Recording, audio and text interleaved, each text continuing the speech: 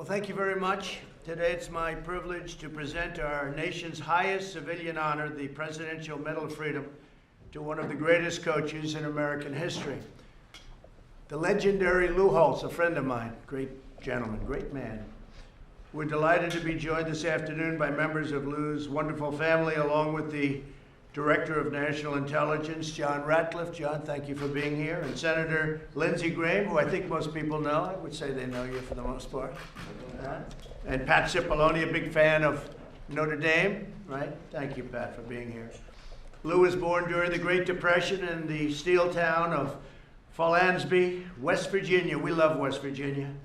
He grew up in poverty in a two-room cellar. But as Lou says, I knew God and my family loved me, and their love was all the wealth I needed. That's everything I needed. That's all I wanted.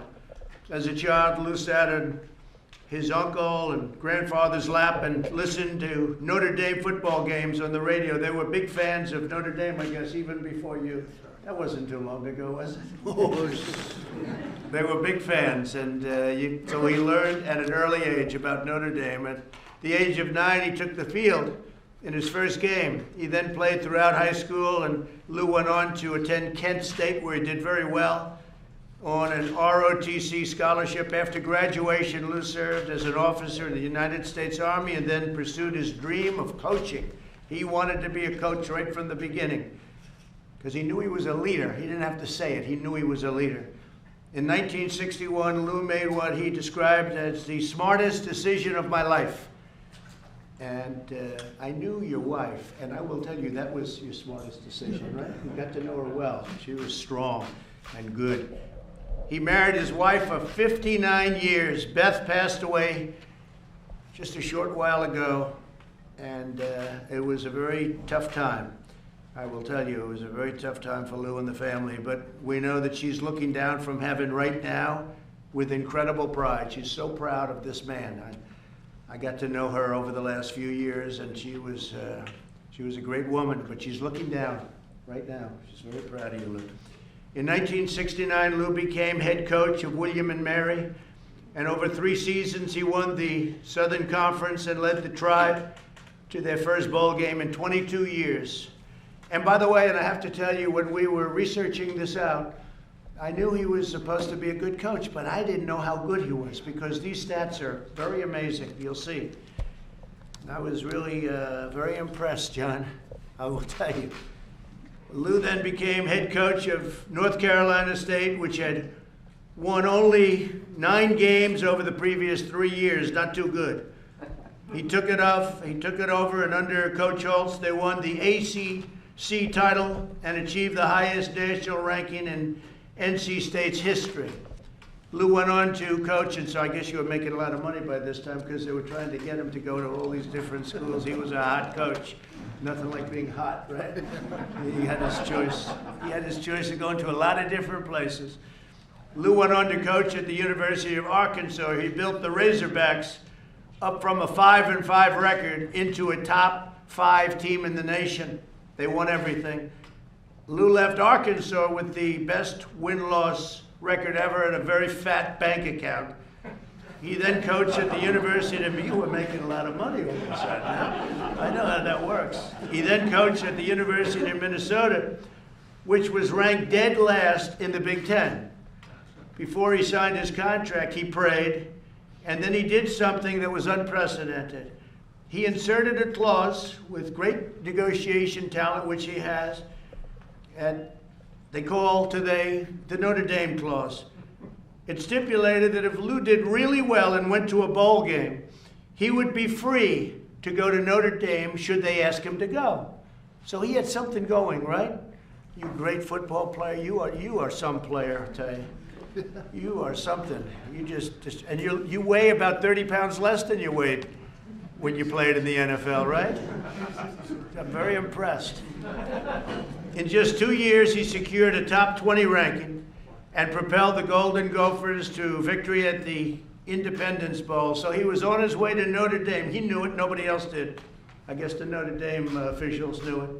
He was offered a coaching job at Notre Dame immediately, and he also took it immediately, as much as he loved the team that he just left. When he became the head coach a year later, the Fighting Irish were a losing team. They were doing very, very poorly. Lou got to work and quickly returned Notre Dame to the status of a football powerhouse and the legend that they were.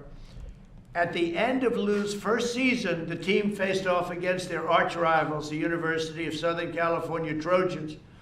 The Fighting Irish were down 17 points in the fourth quarter, but they soon pulled off Notre Dame, one of the greatest comebacks in college football history. They scored 2 touchdowns in less than 8 minutes and then kicked a field goal in the final 2 seconds of the game. At that moment, Holtz said he felt the spirit of Notre Dame. He loved Notre Dame. And do you still remember that game? Oh, very well. My son roughed the punter. You weren't too happy about that? Oh, no. I understood why certain species of animals devour their young.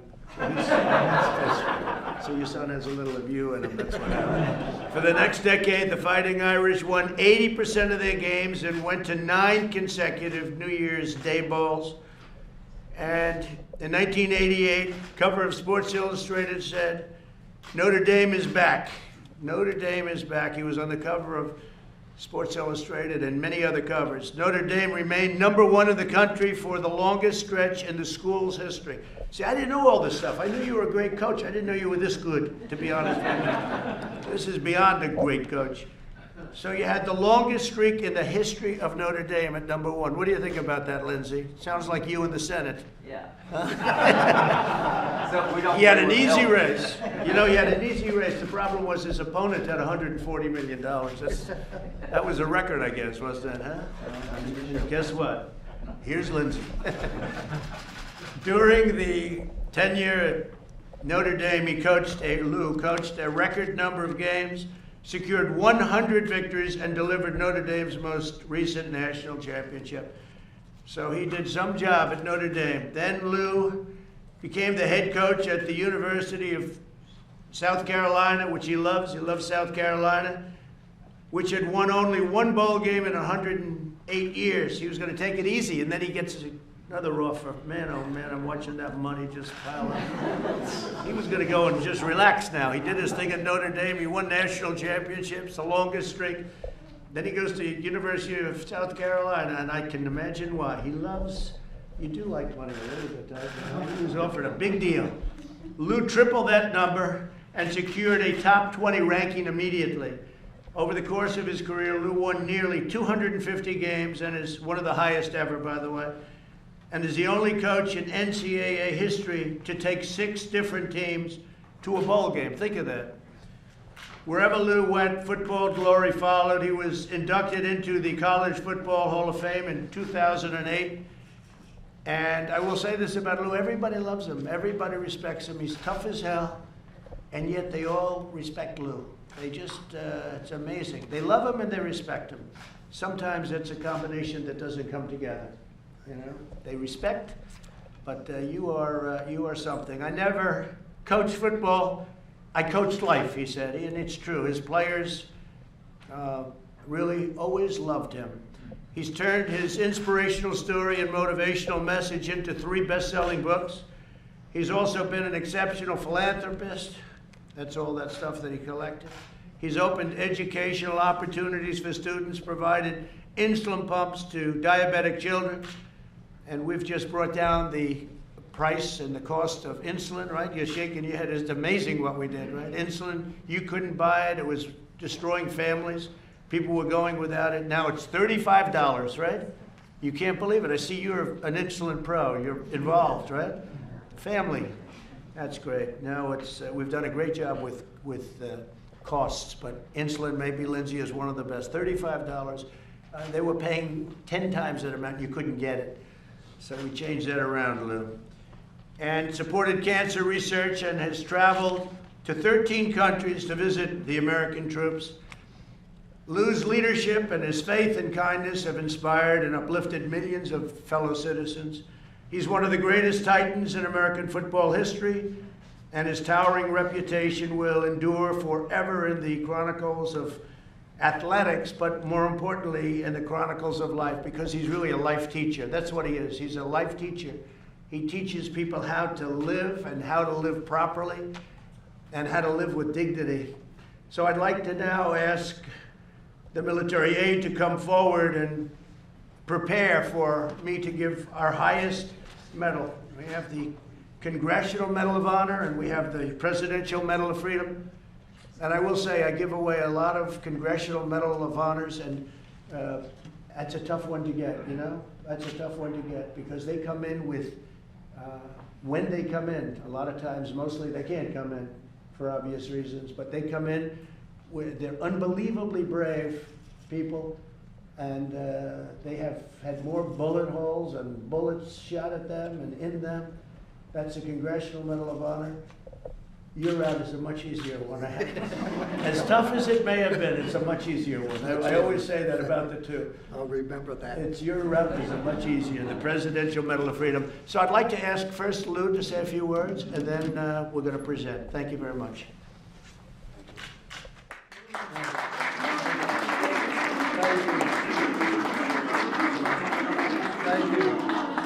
Thank you, Mr. President. I'm humbled by the various comments and the opportunity to receive this award. But I want to show you how proud I am, not only to receive the award, I'm even prouder to receive it from President Donald Trump, who I think was the greatest president during my lifetime, and the things you've done for this country, giving people the opportunity.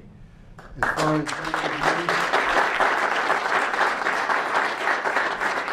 I do have to correct one thing, Mr. President. You talk about making money.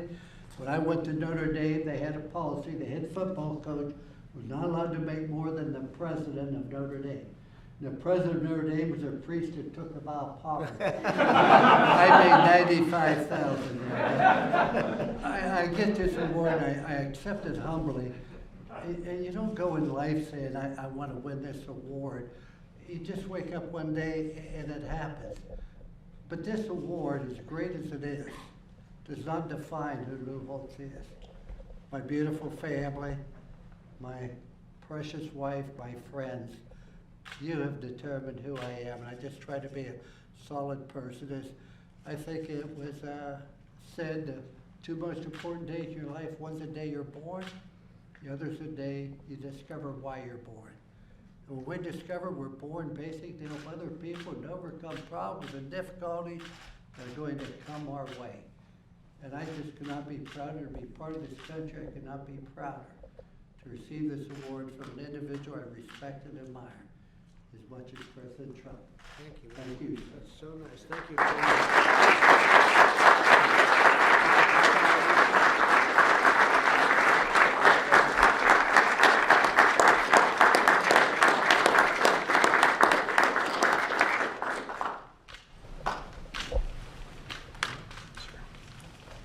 Attention to orders. Louis L. Holtz, an American sports legend, is awarded the Medal of Freedom.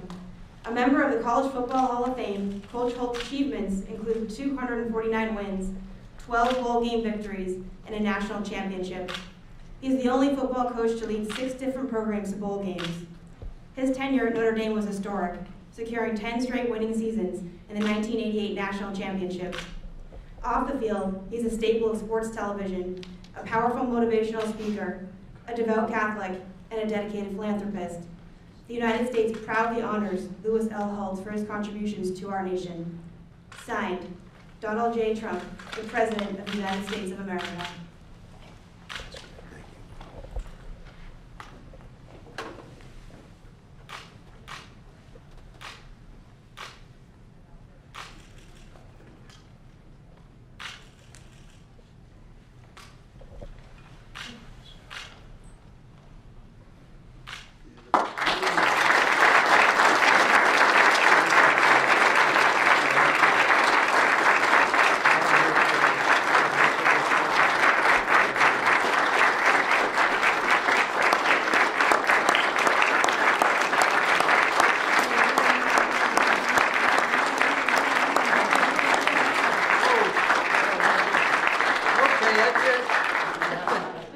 Congratulations. How are you feeling? I feel so indebted to so many people in my life that had such a positive influence on it. For a guy who graduated in the lower third of his high school class, I feel fortunate to be able to be here, but also to be part of this great country and to be next to an individual that I respect as much as him. So I say that you've honored a lot of people. You go look at all the people, and Tiger Woods and Jack Nicklaus. They recognized for what they did. I'm recognized for what other people did. I never made a block or tackle, but I did try to teach people to make good choices. That's all I've ever tried to do. Thank you. Such a great statement. Thank you very Mr. much. President, Mitch McConnell says COVID relief may be in sight. Will you support this bill? Do you support I will, the and I $900 think they're getting billion? very close, and I want it to happen, and I believe that they're getting very close to a deal. Yeah, And you'll support it? I will, absolutely. Okay. Mr. President, can I ask you to respond to the comments by your Attorney General who indicated he has not seen at this point any evidence of fraud enough to overturn the election results? Given that, why is now not the time to concede? Well, he hasn't done anything, so he hasn't looked. When he looks, he'll see the kind of evidence that right now you're seeing in the Georgia Senate. You know, they're going through hearings right now in Georgia, and they're finding tremendous volumes, so they haven't looked very hard, which is a disappointment, to be honest with you, because it's massive fraud. Whether you go to Wisconsin, where we just filed a case, or Michigan, or if you look at what's happening in Georgia, as an example, or Pennsylvania, if you look at Nevada, which is moving along very rapidly, or Arizona, you saw those numbers come out yesterday, we found massive fraud, and in other states also. This is probably the most fraudulent election that anyone's ever seen. Do you still have confidence in Bill Barr? Ask me that in a number of weeks from now. They should be looking at all of this fraud. This is not civil. He thought it was civil. This is not civil. This is criminal stuff. This is very bad criminal stuff. So I just say this. We went through an election. At 10 o'clock, everybody said that was an easy victory for Trump. All of a sudden, the votes started disappearing, miraculously disappearing. We found much of it, but we found far more votes than we need in almost all of these states. And I think I can say in all of these states, far more votes than we need to win every one of them. And I want to just thank my team, because my team is doing an unbelievable job. And more importantly, I want to thank the 74 million plus people that voted, which, Lou, is the largest amount of people that a sitting president has ever had, 74 million plus. And because the level of loyalty, I've never seen anything like it. All over the country, they know it was a fixed election. It was a rigged election. They know it, and I appreciate their support. Thank you all Mr. very President, much. just-